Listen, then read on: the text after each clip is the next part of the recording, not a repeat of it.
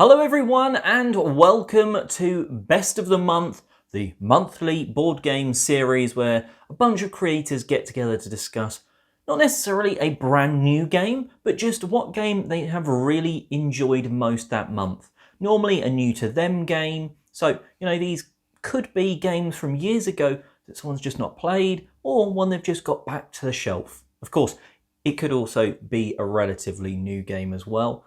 And well, let's jump in with my pick, which is Welcome to the Moon. Now, this is sort of the third in the series of Welcome to something. There was Welcome to Las Vegas, I think, or New Vegas, and then there is Welcome to the Moon. I've played the original and pretty much all, maybe I've missed one.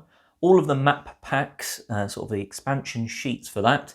Didn't play the Las Vegas one, but I heard it was maybe a bit complex and not necessary. And now I've played this one. Now, if you enjoy the original Welcome to, you are going to feel pretty welcome to this game because it takes all that logic of writing a number down in a section, trying to get it in ascending order, maybe pushing your luck a bit, trying to trigger some of the special extra actions such as water, plants, in this case robots and power and different things like that, like planning instead of biz, what it was in the original. But it just takes that original gameplay and amplifies it. Because instead of bothering getting the map packs for Welcome to, get Welcome to the Moon because it comes with 8 different maps from the get-go. And they're not just standalone maps. You can link them, and you should link them, into not a branching campaign, but a long campaign where you start on one, you go through them, you're launching from Earth to the Moon, sorting out problems on the Moon and such like that. I won't reveal anything more than that, but that is what you're going to do. There's a booklet with bits to read, choices to make that impact the objectives that come out. Once you've played through once, you play through again and there's a campaign deck that unlocks little extras and different things. So it's not even the same play. Like every time you play a sheet, it could be slightly different objectives, or you could just play them individually. We've played through a campaign and we are itching to play through again straight away, and I think that's a great sign of a great game. Like I said, if you enjoyed Welcome to, almost don't bother buying the map packs at £10 a pop. This is like 30 quid, I think, roughly, and it's kind of what you want from those. It's the same core experience of writing numbers, but each map is different. There's one where it's upwards and across that you need to worry about your number ordering. There's some where there's lots of small sections, ones where you need to link bits up before you can write numbers, and much more. And we've just really enjoyed it. I mean, it was the game we played most in January, and well, we'll probably play it the full 8 games again in February. Now, a really nice thing about the 8 maps is the production quality. They're not just paper maps, and this is a thin box. You wouldn't be able to fit big pads in, so you'd run out. They are wipeable boards, and they're really quite nice. I think it just makes any flip and write or roll and write have that premium feel. What more could you want? Anyway, I'll pass over to Adam, and I'd like to say, great game that he's picked, but awesome t-shirt he's wearing as well. Good afternoon and welcome. This is Adam from Board at Home, and my game of the month for January 2022 is Living Forest.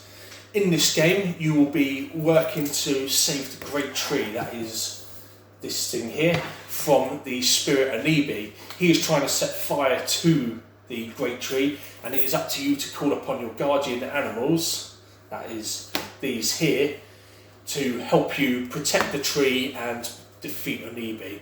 There are several ways to do this. You can collect 12 different fire tokens. That'll be things like these that will appear on here. You can grow 12 different trees.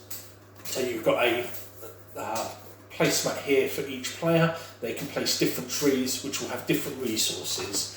And you can see we've got a variety of them here, and these will give you, set your resources there. Or you can collect 12 sacred flowers. The sacred flowers will appear on things such as your guardian animals. They'll appear on the bonus board for completing a row. They'll also appear on your protective trees as well. What I like is that it gives you a lot of variety in how you want to play the game. The tile placement is something that I really enjoy, so far that's something that I've gone after quite a bit. But the fact that there's different ways, so you can try and play your game in different ways each time as well. The cards are really well laid out, so if you've played deck building games before, which this primarily is, you'll know that they'll give you different resources or different actions. So in this you can see down the sides here, there are different resources available to you that will allow you to perform the variety of actions in the game, such as buying cards to upgrade your deck, planting trees, collecting sacred flowers, putting out fires, and so forth. It's a really tidy little game. The rulebook is well laid out as well, so looks fairly long, but it's well laid out. There's a lot of explanation about everything that goes on in the game. It's a great family game, so if you're looking for something to play with the kids, then I can heartily recommend Living Forest. On the other foot though, if you don't have kids like me, it's still a great deck building game with nice elements of strategy and a good amount of replayability. We've played it a lot so far this month. It's coming back out later this week. We've already said we're going to be playing more of this. So it's just fun, it's just very enjoyable, and that's something that you've come to expect from a publisher like Ludonauts. Absolutely fantastic, can't put it down. If you want to give it a go and you live local to the shop, then you can visit us on Ramsgate High Street in Kent. This copy is the copy from our boardroom, so you can come down here, play this game, play a lot of our other games as well. And if you like it a lot, we have it in stock, so you can take a copy home for yourself as well. We also have a Let's Play video for it, so you can see how the game is played as well. That's it for this one. I hope you enjoyed, and I hope that you get a chance to check out Living Forest. Thank you again to Ollie and Don't Be Bored for bringing me back for this one. Really enjoying it. I hope you are too. Thank you, and have a good day. Hey everybody, I'm Evan. I'm Grayson. And here we are at the very end of January, where we're talking about our best games of the month. Well, we did a video on our channel about our top games of 2021, if you want to check that out. But anyway, I played all top 5 of my games in January. So there was a lot of good choices to choose from. So, spoilers for that list, my number 1 was Aqua Garden. And this is a pretty cool game where you're going around on this fish board here and drafting fish, and it's one of these tracks where you can go as far as you want, but you can never go back. Mm-hmm. So the person in last place is always like the person whose turn it's next. Yeah. And then you're using those fish to fill up your aquarium, and there's different there's different aquariums, like different fish want to go be together, where there's different goal cards and all that stuff. But like the cool part about this game are the pieces, because like these fish. Meeples are amazing, like amazing quality, and we have all of the expansions. So you use all of those expansions to get a certain number of like advanced fish, and there's different ones every time. So when the variability in the game is really good. So I don't know, I had a great time playing this game in 2021 and in January. So yeah, that's my number 1. And my number 1 is Downfall of Pompeii, where basically at the start of the game you're getting your like dudes, like people into the city, because it's like a thriving city and everything, and basically everyone wants to go there. Mm-hmm. But once you draw 2 of a certain card, then the volcano starts erupting, which then you have to get your dudes out of the city. And what makes this game so great is that like when your people touch like the lava that's going everywhere, they just like go into the volcano, and once past a certain part in the deck, like you can there's like the omen cards or something where you can throw another person's people into the volcano. Right, it's just chaos. At first you're filling up the city, and then the second half you're emptying it out as fast as possible. Yes. Because lava's going everywhere. Yeah, and shout out to the Hidden Gems podcast who showed us that you put a tea light in the volcano, and it looks really cool on the table. So yeah, that's our picks in January. I'll see you next time, everybody. Bye. Hi, I'm Kat and I play Red. My game of the month this month is Origins First Builders from Board and Dice. This is a worker placement game with dice. So you're going to start with 2 workers and an Archon. These you can place at the spots on the board and take the actions above. However, these have dials which show a number. Every time they're used, the dial goes up by 1, and your dice must show that number to use that spot. If your dice colour matches the wheel, in this case, you also get to do the coloured action as well as one of the grey actions. In your turn, you're either going to visit one of the encounter sites, grow your population by adding these, which you can then pop new dice in. You can build towers here or close districts. Over the course of the game, you will build buildings into your town, and then you can close them off using dice. The powers on the buildings activate when you place them and when you close the district if the dice matches. At the end of the game, you're going to gain points depending on your dice number multiplied by your tower levels, as well as points for having extra workers, dice that have been moved down to the advisor stage. As soon as the dice hits 6, it's going to go there and get you points. Your buildings will give you points over the course of the game, as will the military track here. And at the end of the game, you're going to score points for your position on the zodiac tracks. However high up you are on here, you'll score your 2 lowest values.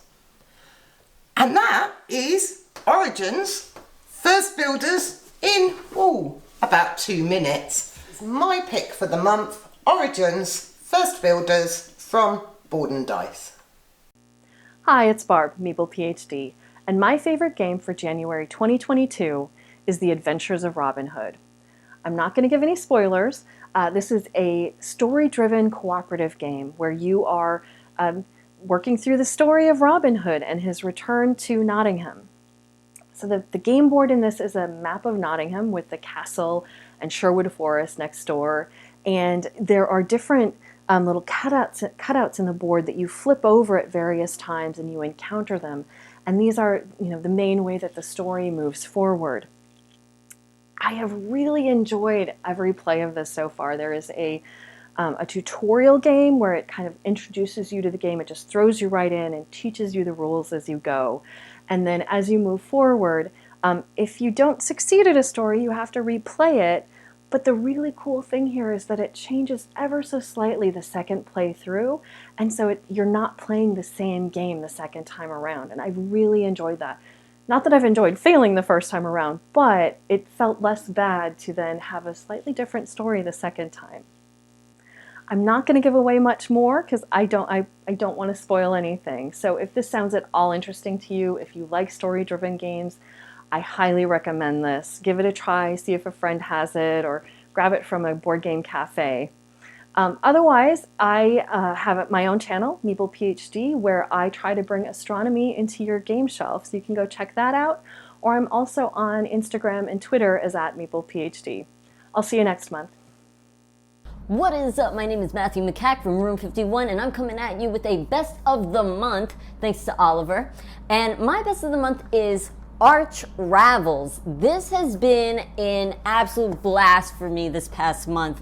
Really my fiance wound up picking it up at PAX Unplugged, and we didn't even demo it or anything. It just sounded cute, so we were like, okay, yeah, let's play it, whatever. And she bought it. So yeah, it was just it's all about like crafting different projects with the amount of yarn you have, and essentially you're trying to get the most victory points at the end of the game. But you also have like specialty cards that you want to make, like your fans or your friends or whatever. They really want you to make these projects. But you have to be careful, right? Because at the end of the game, if you don't complete those those special projects, you lose those points. Or if you don't use up all the yarn in your little yarn bowl that you get, you actually get yarn bowls in this game, which is really cool. So for every yarn that you don't use up, you're going to lose a point for that. So that's just, so it's like, yeah, use your resources. And yeah, and everybody has their own player board. You have like special actions, special abilities that you could use. Like everybody has the same actions, but your character could be a little bit better at one particular action than somebody else. Like you might be really good at shopping for yarn, while somebody else is just really good at crafting more projects at one time. So I've been really digging Arch Ravels. Thank you so much. I'll catch you next time.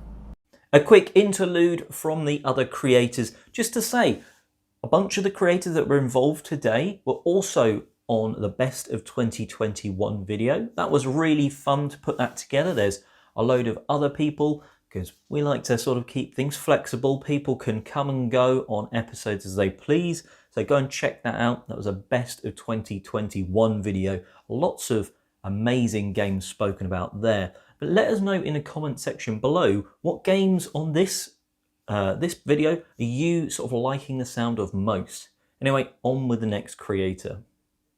Hi there, I'm Jazzy Loves Games, and I was invited by Oliver East, who you can find on Instagram, East01A, and we are talking about games that are new to us. So for this, I have chosen Dinosaur Exhibit, which is by Kristen Mott, and you can find her on Instagram at family.boardgaming.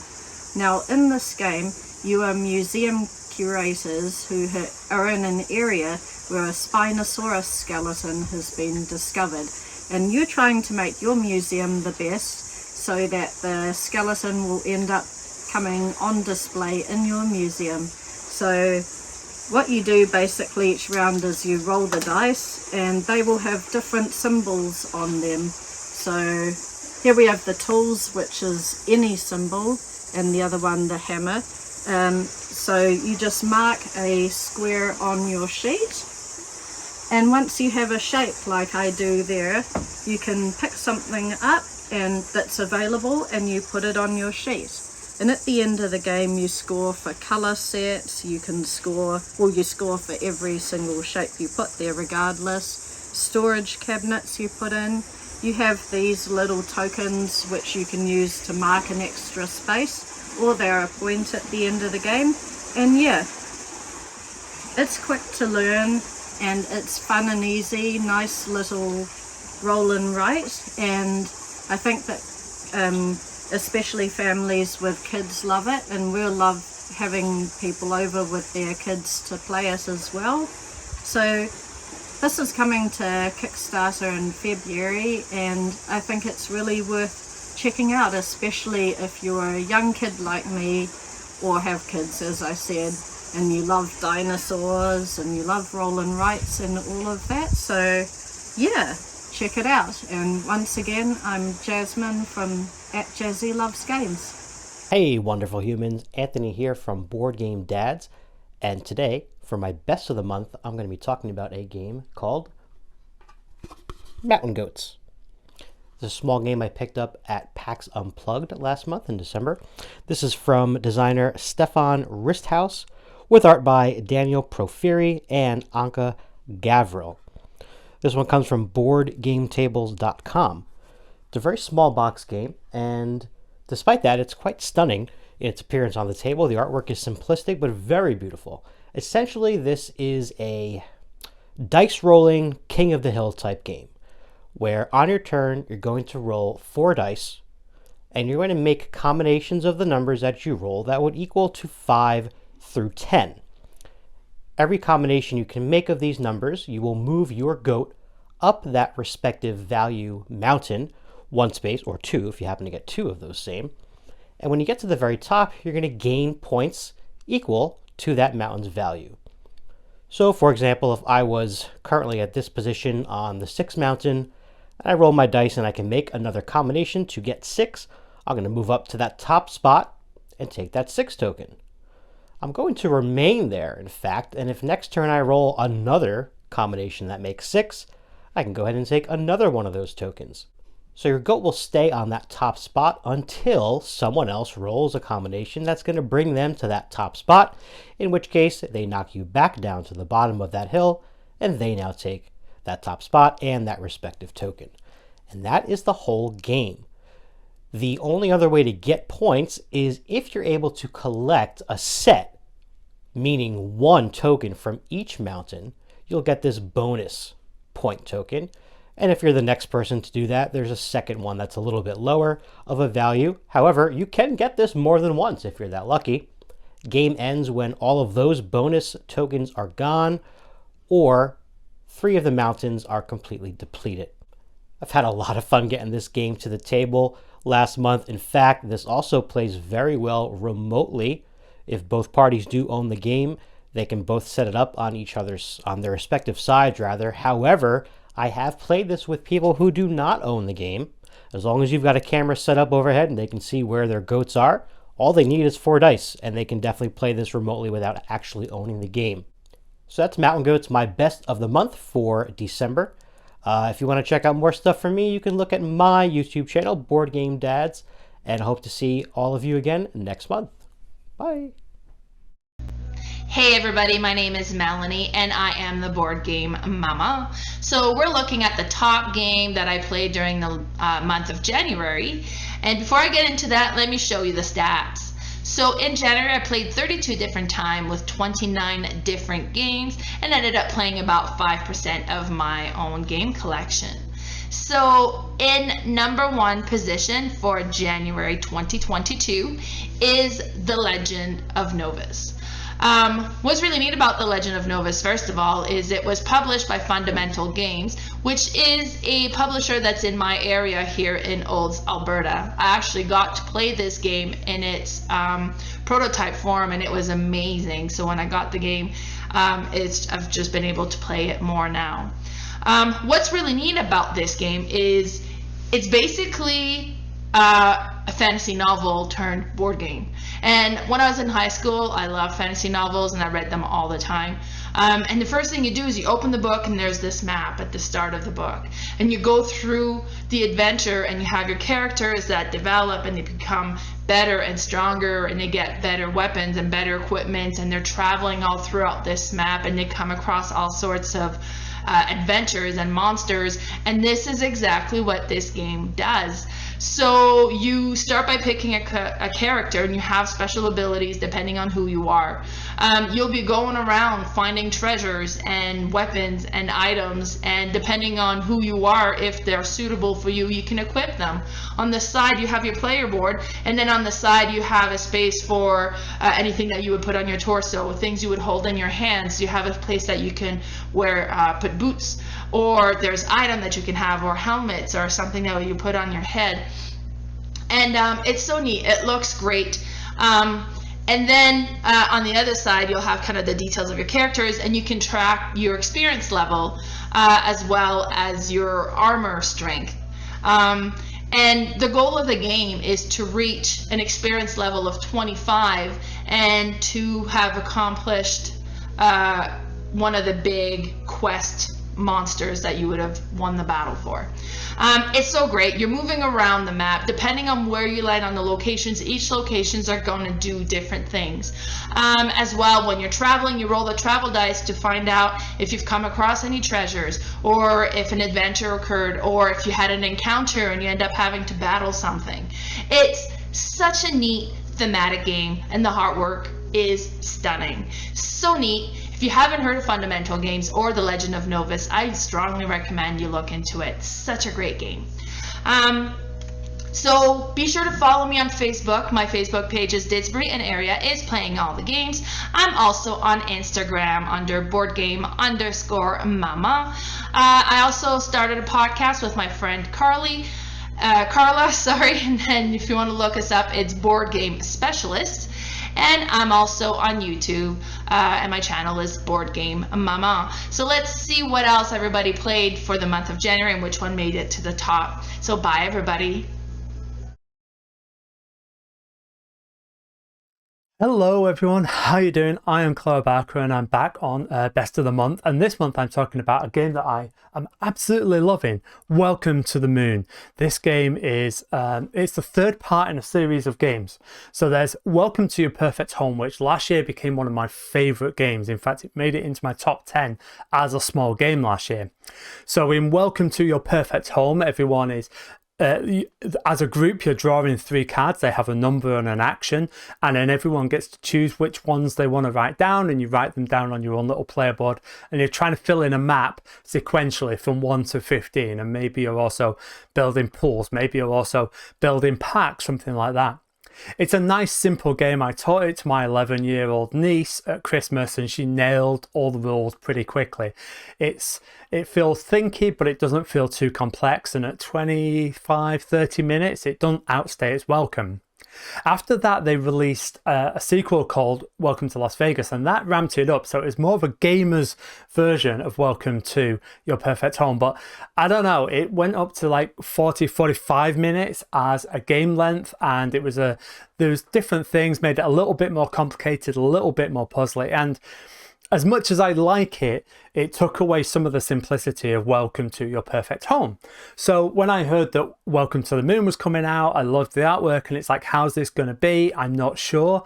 And because I heard it was a campaign game as well.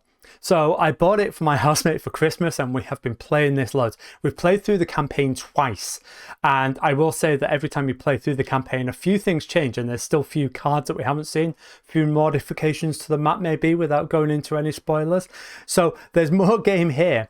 But what's interesting is there's 8 different maps. And so each of the 8 different maps has different rules. It has different mechanics. But none of them outstay their welcome. They're all those sort of simple 25-30 minute games. They all have a few rules added and a few rules taken away. So each game is complicated and an interesting puzzle and very unique, but without overstaying their welcome and without feeling like a step up from Welcome to Your Perfect Home. And so these maps, there's 8 of them, and each one of them is its own puzzle. 4 of them I would buy as their own individual games. I really would. And so the fact that you've got 8 of them with these dry erase boards as well, which is kind of nice, you get a lot of game in this with Welcome to the Moon. You don't have to play as the campaign, but if you do, it just adds in a little bit of funniness, you know. I did do a full review on my channel, and if you're curious about watching that, I go and recommend you watch it, but basically I loved it. So that's it. Welcome to the Moon, and until next time, take care and bye-bye.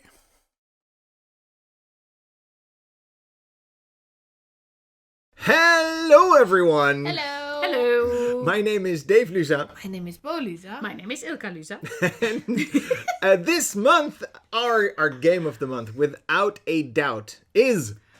Seven Wonders Architects! Yes. We say it in unison because we love it so much. There it is. It There is. it is. And we all 3 of us love it so much, and that's very unique. It's not often that we share the love for one game. Yeah. Right? And the winners have been, Bo has won a lot more often than I have. We have to say that. So it feels like it's a family version because, well, you're not a kid anymore. You're a teenager officially. So... But how come... Everyone has a chance. Why is this game so much more fun than other games? Is there something? It's quicker and it's easy to build up, so... Oh, a build-up is very easy. If you open up the box for the very first time, I got very excited. Should we show it off? Yes, Wait a let's second. show it off. Wait. This is what you get when you open the box. Well, you have to, of course... Assemble it the first time. But this is an example box of... is that Babylon? Yes. Yeah. So every player gets their own little box with their own wonder in pieces. and with the card tray. The card tray Super is useful. so good. And you can, then you can see the symbol, right? Of the, On the, know but right that is away the back who's- of the tray. which- That's true. who's- Which what- deck you're working with. Which is which, yes. And what you're trying to do is, just like in regular Seven Wonders, try to find different ways of making points. Some of it might be finishing or continuing building on your own wonder. The game ends immediately if someone finishes their wonder. Which has happened a lot in this family. Because Yes. this person loves to build their wonder as quick as possible. Blah, blah, blah, blah, blah, blah, and that's a super smart way. Also, another way is military points. Yes. There's different ways of scoring with military points. Gets you a lot of points. Strength that you can keep. Strength that is only temporary. Bo is making the noise because the game actually prompts you to make a noise every time you have one of those battle horns. Oh, but there's also the cat. You have to make the sound. cat! There's a cat in the game. Every time you play a card or you receive a card that has this 2 points and the cat on it. That's our rule. That is our rule. I think that that's we a make house rule, but that we like the rule. We want to imply that you adapt that rule. It's like the sound of me taking the cat. I've got the cat now. It's a very important rule, so let everyone know you have the cat, because the cat is worth 2 points if you are the last player to get it. Yes. When the game ends. The game has technologies in them, and it is very easy to understand. There are technologies that give you a bonus during the game. It's not only a one-time thing. They keep on giving. That is awesome. Every different wonder has a small different power that makes it different enough for you to try them all. It is really a good game. This is our game of January 2022. Yes. Thank you for watching. We love it. Bye. And well, that about wraps us up today. Just bear in mind, these are our top games. We've tried to tell you why. You don't need to own all of them. You could own maybe one or two or none of these games. And well, you could still have the best games for you. Make sure you check out all of the creators involved. Their information will be in the description box down below. Make sure you go and subscribe to them and say hello and stuff like that. And until next time, have a great month gaming.